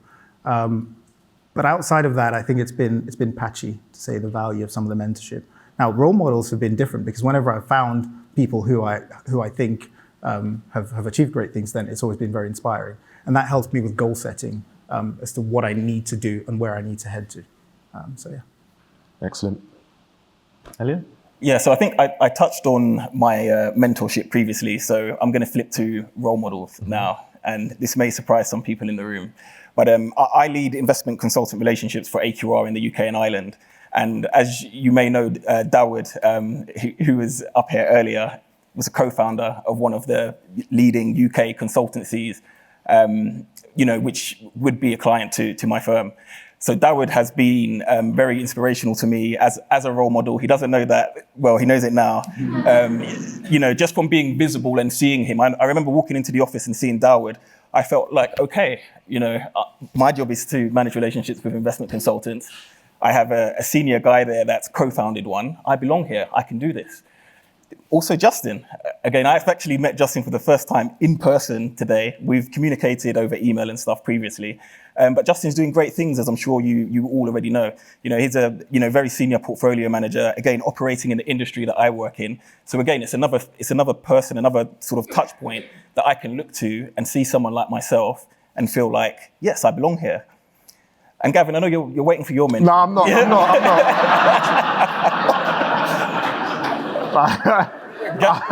Gavin, you don't have to say it right. Chair's prerogative, Reece. I didn't say this. So Gavin is very visible, as you all know. On social media, he's put himself out there. He's doing fantastic stuff. I actually reached out to Gavin a long time ago, before he was as visible as he is now, just from hearing that there was another senior black guy that came from the area not too far from where I am. So I grew up in Enfield. You said that you went to school there. That resonated with me instantly, because I thought, wow, okay, so this guy's made it. He must, have some good advice or some tips in terms of, how I can further navigate myself throughout the industry. So that's kind of my experience there. Thanks, mate. I appreciate it. I'll take the payment later. Reece? My role models are important. Any that you've had, aside from obviously Marissa? I think it has embarrassed the tab team today, isn't it? Really, like as you came up. Yeah, absolutely had role models. I think where they've been most important for me is probably in figuring out what it is I want to do in my career. I think the vast majority of people that are 50 are probably not in the same job they were when they were 21. You come out of uni, you go and start working finance, and there's this pressure to kind of find the job that you want to do for the next 40 years of your life, which isn't going to happen for the first job for the vast majority of people.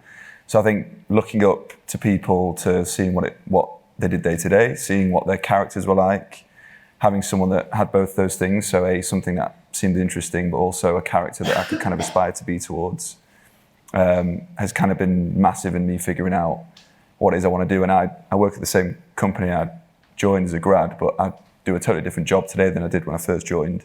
And, that's as a result of me having people that I could look up to help me figure out, this is the trajectory I want my career to go on.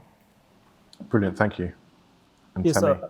I wouldn't want to embarrass the TAB team any further, but I mentioned earlier that I've been fortunate to work with people who always seem to have it more figured out than I did, and in many ways, those people have inspired me. Actually, there's a colleague now in the industry where we pretty much made the journey from a big four into an asset management firm. And whilst maybe my journey was a little bit more less linear and it's sort of all over the place, but just sort of having someone who was a friend, he's not black, but he's Indian, but just that commonality in our background inspired me. And then just broadly, there is, it's quite interesting there. Just broadly now, I think it's good to see a lot more black faces in the industry. Gathering yourself, I think participating in the TAB events, I think things like that just sort of inspires me, especially from a equity analyst front office standpoint, where black representation is still very, very small, and just sort of seeing people who are building careers in that industry and having a great deal of success. I think that's clearly very inspiring. So yeah, not formally, but I think it's good also now that we can sort of look a little bit out, and there's a number of role models out there for us. So one of the things I think, kind of echoing their comments, not to kind of put you up anymore, but seeing, you're obviously senior MD at BlackRock. You don't have to, honestly. Let me finish it. Just starting a program like the Catalyst program, having the energy to go and do that on top of everything you do day to day. I was sat there thinking, I'm just this graduate at WCW.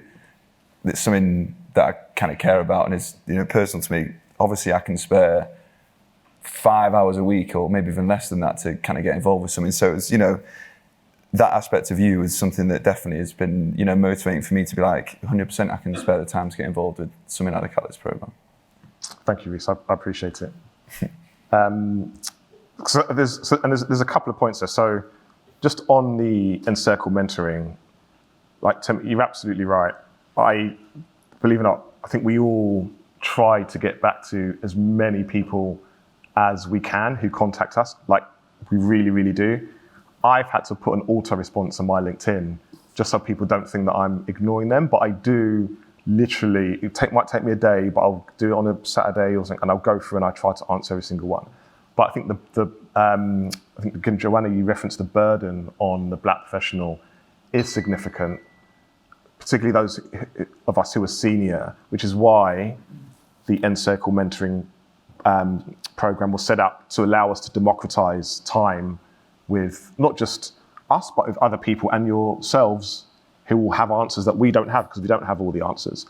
But what I would say is that what really pleases me about your answer is that what you haven't had to do is go and have a coffee with someone, because maybe now there is more representation and maybe that starts to become enough.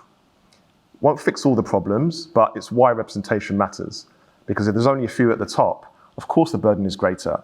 But if there's more, you just need to see them, as you did with Dawood, and maybe that makes the difference. So that's probably where we need to start getting to.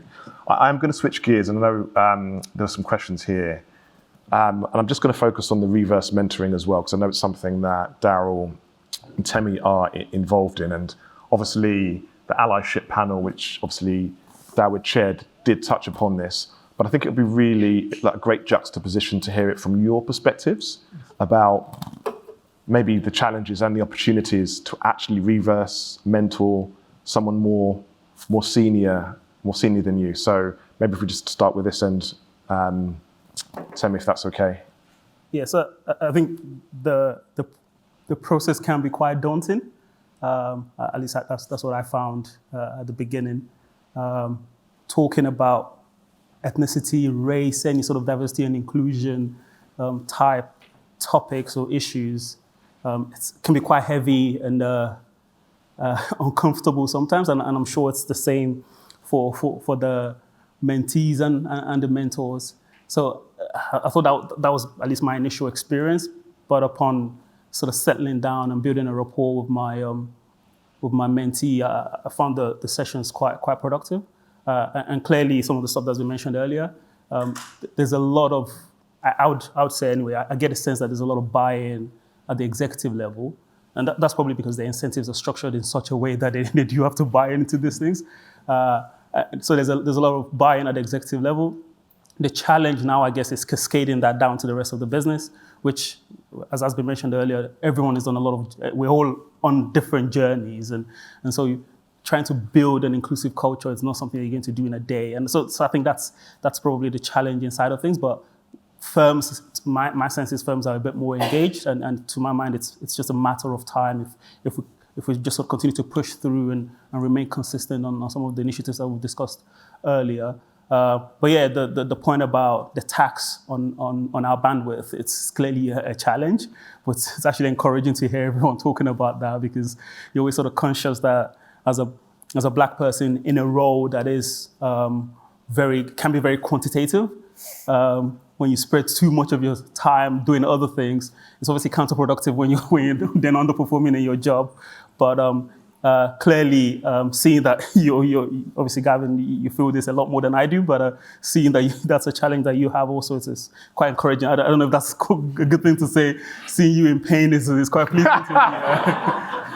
But yeah, so I think overall, there's apart from the fact that it can be uncomfortable, and I'm sure these issues would remain uncomfortable until we've built a firm of allies where everyone can discuss these things openly. Apart from that, I think the positives is firms are buying into this. And my sense is so long as we continue to push through some of the initiatives that have been mentioned here, allyship, working with Investment 2020, and not just that, hiring people and also retaining them by working on your culture, I think over time there will be a change, I would hope anyway. And there was a question here, thank you very much, Temi, about, there's actually loads of questions, but there was one here about, is this enough? And again, just so the cynic in me, when I listen to you, Temi, and obviously you're doing it for the Aviva program and something like that, so it still feels like we have to be at the fulcrum of change. It still feels like if there's going to be cultural change, we have to be at the center of it. And even entering that reverse mentoring relationship is still stress on you, and it's still time away from your desk.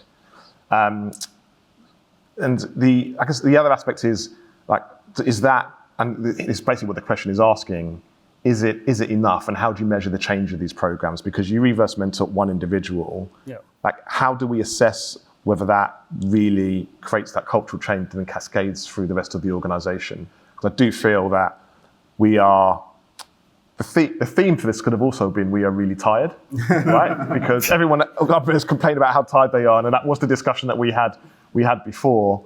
At what point does, where's the tipping point? And does reverse mentoring and et cetera, is that it? I don't know, Dow, if you have any thoughts. Yeah, no, I guess there's a couple of questions in there.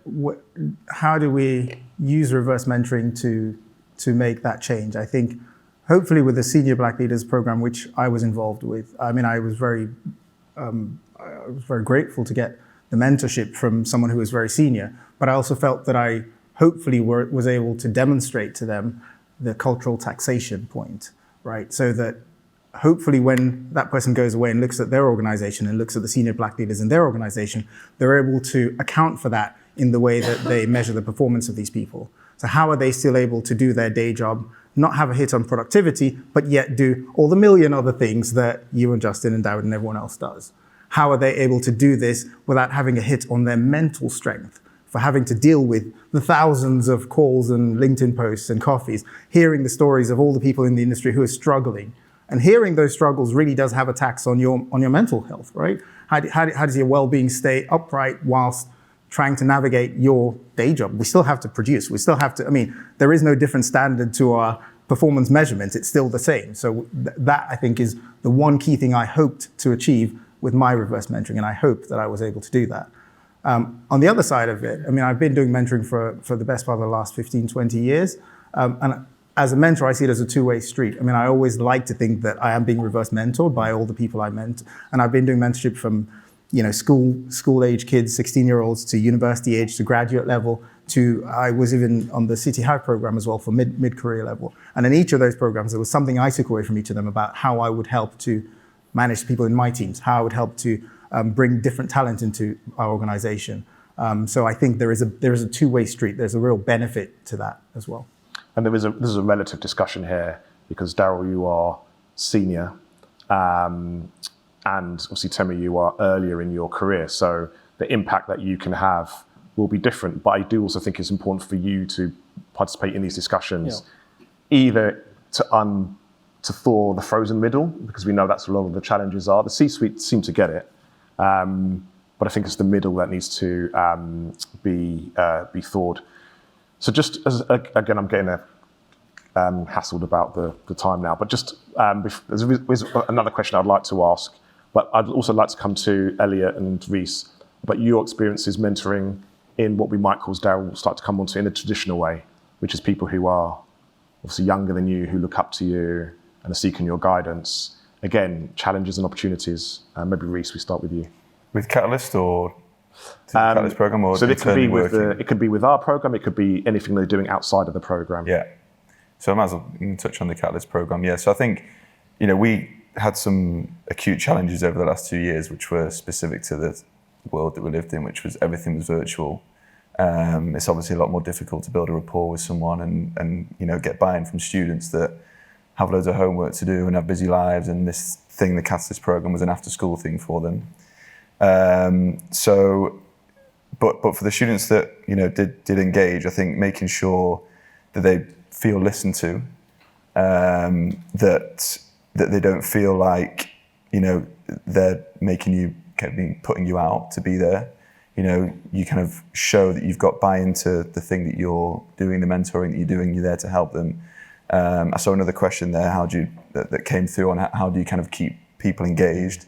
I think partly someone shouldn't be mentoring if they given the image across that they don't care about being there or care about listening to you. So if you're in that situation, it's not your fault. That's someone else not giving enough of a, Fair enough. So, yeah. Elliot? Yeah, I think, I guess Reese touched on, quite a few of the challenges we had with the CEP program just because of the virtual nature. So a lot of the challenges are challenges you have when operating in a virtual environment. But I would say just, taking it a step further, I think the challenge of, I guess, feedback and sort of just understanding if you're making an impact or not, that's probably one of the biggest challenges that maybe we don't speak about enough. Because we could be putting in work today. Just to give you a bit of background, the Catalyst program is targeted at 16 to 18-year-olds. So we're trying to, hit the demographic right before they start university, because we think this gives us a bigger opportunity to maybe influence, number one, if they even go to university, and number two, what they study at university. Because all of these things could affect, how attractive they are to financial corporations when it comes around to recruiting time. So given there's a long lead time from where you've sort of mentored and had the impact to the end result, it's kind of hard to evaluate if what you did 3 years ago had the effect, that you desired. So I guess that's a real challenge that we have here, and we should, try and think about ways of measuring that. Yeah, totally agree. It can be sometimes difficult to see the impact that you are having. I can feel my blood pressure rising because we're way out of time and Marissa really needs to get on the stage. I will just ask one more question because Daryl did it to me. So sorry, Marissa, I'm now going to do it to you. And the question was, how can we, this is kind of related to mentoring, but it just feels pertinent to ask it. How do we ease the pressure and the burden on our Black professionals who are being asked or expected to mentor and or sponsor and are role models, when to be honest, most of them probably just want to turn up and do their jobs, and that should be okay. So how do we how do we ease that burden? Any ideas? Yes, I'd say the burden, there is almost a sense, the responsibility of being first. And I'm sure the challenges you faced when you entered the industry, I don't know how long. Don't say like 30 years ago, like that, man. The challenges, I would hope, are different to the challenges we're facing. And I would hope a lot has improved. I mean, otherwise, we should all sort of give up and, and go home. So I think there's a responsibility on some of us here that, because we are first. There's a saying that to whom, I think it's Spider-Man, to whom much is given, much is sort of expected. I think I've modded it up there. But yes, I think there's a responsibility on us to take it upon ourselves to give back. And ultimately, when we grow the pie, then the burden will spread across a lot of numbers such that it's then not sort of too taxing on the people that are doing it now. But there's almost, to me, there's no, and ultimately you've got to build allies, right? Some of the stuff that we're saying, you don't have to be black. I mean, racism, you don't have to be black to understand some of the challenges that we're discussing. So when you have a number of allies, then the burden, I think, will reduce.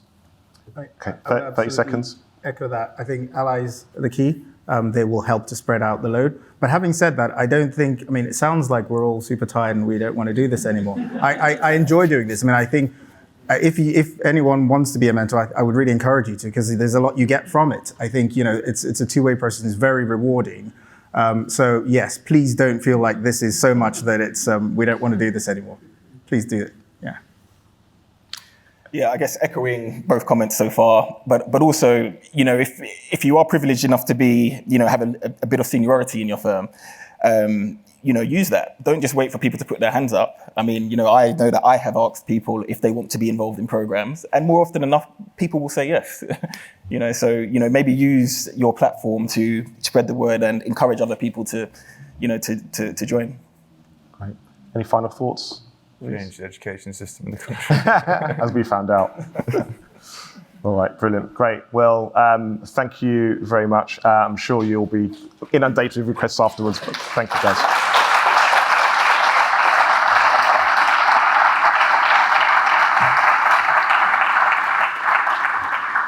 Right, so I'm supposed to be introducing Marissa. She tried to come up because she knows I was going to embarrass her. So I'll do my intro anyway. So just for us to round up, here's one of my role models and someone that inspires me, Marissa, to take us home. There you go. The floor is yours. Okay, so I will do a quick wrap. This has been quite a journey. We've heard so many wonderful comments. I just want to cast your mind back to the very beginning, Eric and Pilar, and basically just talking about, remember that number, 390? I don't know if people remember that, 390 years to have equitable representation. We can't wait that long. And so therefore the advice is, he said, bring your folding chair and contribute. Get really involved. Think about data, think about evidence, and use your money in an effective way. We had the panelists that we spoke about where Dawood said, well, what does it take to be an effective ally? And great contributions there, thinking about, well, actually spreading that burden of responsibility. Thinking that actually, and Fraser mentioned this, that it's a win-win. It's a win-win for businesses to have all of those different voices in the room, to be able to get those different opinions.